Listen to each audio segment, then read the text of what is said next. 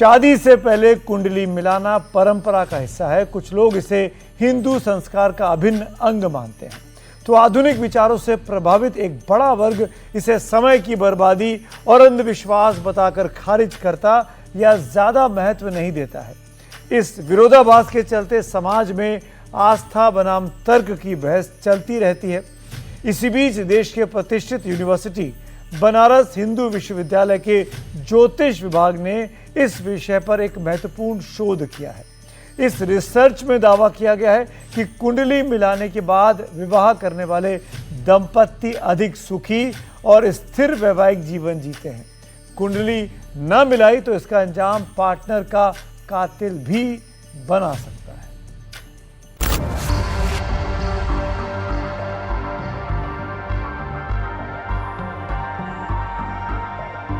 लड़कियां लाते हैं 25 साल की। अब 25 साल की लड़की 4 जगह वो मुंह मार चुकी होती है, सब नहीं पर बहुत। और वो 25 साल की जब तक आती है तो पूरी जवान होके आती है। जब जवान होके आएगी तो स्वाभाविक है कि वो अपनी जवानी कहीं ना कहीं तो वो उसकी जवानी फिसल जाएगी या जाएगी। जैसे कि अभी एक लड़के के संग हनीमून मनाने गई, परंतु वो किसी और के साथ वो रह चुकी थी, उसके साथ चक्कर था। वो ड्रमवाला केस अभी पुराना हुआ नहीं ज्यादा। वृंदावन वाले कथावाचक अनिरुद्धाचार्य ने जब कुंडली मिलाए बिना विवाह करने के दुष्परिणाम बताए थे तो विवाद का बवंडर उठ खड़ा हुआ था। लेकिन जो बात बाबा ने कही वही बात BHU के प्रोफेसर कह रहे हैं। एक तथ्य आकलित किया है, जो समाज से जो प्रैक्टिकल डेटा लिया है, जिनकी शादियां हो चुकी हैं उनके जीवन में जो समृद्धि और जो सुगमता, सरलता और संतुष्टि का जो स्तर है वो उनको हम लोगों ने प्रतिशत में आकलन करने का कोशिश किया है। तो जिनकी कुंडलियां नहीं मिल रही हैं, तो वैसे बहुत सारे ऐसे लोग हैं जिनके जीवन में सुख शांति समृद्धि नहीं है, या तो अलगाव की स्थितियां उत्पन्न हो रही हैं। कुंडली न मिल पाने के कारण विवाह से पहले कुंडली न मिलाई जाए तो अंजाम कितना बुरा होगा, और कुंडली मिलाकर विवाह किया जाए तो जीवन में प्रसन्नता और सफलता का प्रतिशत क्या होगा।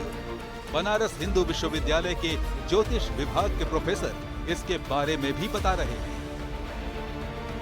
देखिए, 2 डेटा है। एक तो है कुंडली मिलती है जिनकी, एक है जिसकी कुंडली नहीं मिलती है। तो जिनकी कुंडलियां मिलती हैं उनमें सक्सेस रेट जो है वो 70% तक सक्सेस रेट है। और जो इस चीज का सक्सेस रेट है, ये जीवन के सफलता का, जो दाम्पत्य जीवन का की जो समृद्धि है, जिसमें संतान है, एक दूसरे का स्वास्थ्य है, एक दूसरे का सामंजस्य है, एक साथ रहने वाली स्थिति है, एक दूसरे के प्रति समर्पण है, एक अपने वैवाहिक जीवन को लेकर के मन में संतोष की जो स्थितियां हैं, वो जो है उसका स्तर बड़ा अच्छा है। लेकिन जहां कुंडलियां नहीं मिल रही हैं वैसे स्तरों पे आप तो 37 की बात करते हैं, फाइनल रिजल्ट आते आते डेटा बहुत चेंज हो जाएगा और भी ऊपर जाएगा। तो जिनकी कुंडलियां नहीं मिल रही हैं वैसे अधिकतर ऐसे लोग हैं जिनके जीवन में सुख शांति समृद्धि नहीं है, एक दूसरे के ऊपर ट्रस्ट नहीं है, विश्वास नहीं है, संतुष्टि नहीं है, अनपत्यता है, रोग है। तो मतलब जीवन की एक जो समग्रता होती है वो प्रभावित हो रही है कहीं। BHU के ज्योतिष विभाग में किए गए इस रिसर्च के दावों पर यकीन करें तो जो लोग कुंडली मिलाए बिना शादी करते हैं उनके रिश्तों में दरार आ सकती है। वो विवाहेतर संबंध बना सकते हैं और बात एक दूसरे की हत्या के अंजाम तक भी पहुंच सकती है। ये रिसर्च जिन प्रोफेसर विनय पांडे की देखरेख में की गई है, उनकी सलाह है कि लोग अगर शादियों में फोटोशूट में बिजी रहने की जगह वैवाहिक मंत्रों के सही उच्चारण पर ध्यान दें तो दाम्पत्य जीवन ज्यादा अच्छा गुजरेगा। लेकिन कुंडली का ध्यान हर हाल में रखा जाना चाहिए।